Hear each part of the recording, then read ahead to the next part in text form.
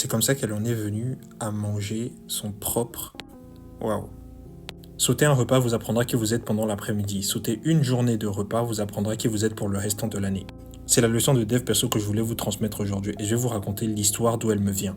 Et actuellement, ça fait écho à ce qui se passe en Palestine et ce qui risque de se passer et d'arriver. Donc je le fais aussi quelque part pour que les gens réalisent un peu plus de quoi il s'agit quand on parle par exemple de famine. 1942-1943, Stalingrad a été envahi par les NAZI. Et pour délivrer la ville, l'armée rouge, donc l'URSS, décide d'assiéger. Et pendant toute une année, le siège est maintenu, donc pas de ravitaillement, pas de nourriture, famine. Et rien que sur une année, les conditions de vie sont décrites comme étant extrêmes. On parle de manger de la nourriture moisie, préférant être malade plutôt que mourir. On parle de faire les poubelles ou de manger des carcasses d'animaux de compagnie. Mais ce que je vais vous raconter est bien plus gore encore. Donc accrochez votre estomac. Ce que vous savez, c'est qu'en Russie, pendant l'hiver, les températures peuvent passer de -20 à -40. Et le récit vient d'une femme qui aurait à cette période-là enfanté, donc elle était épuisée.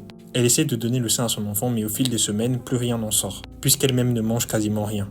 Tous les jours, elle pleure, elle espère que ça s'arrête, mais elle n'a même plus de larmes. Et un matin, malheureusement, elle se lève et son enfant n'est plus de ce monde à cause du froid et de la malnutrition. Il existe plusieurs versions à cette histoire, mais la plus folle que j'ai entendue dit qu'après seulement plusieurs heures de deuil, elle se soit emparée d'une lame et se soit dirigée vers le cadavre. On raconte qu'elle aurait survécu au siège, mais beaucoup de récits similaires ont été détruits par l'URSS. Donc retenez que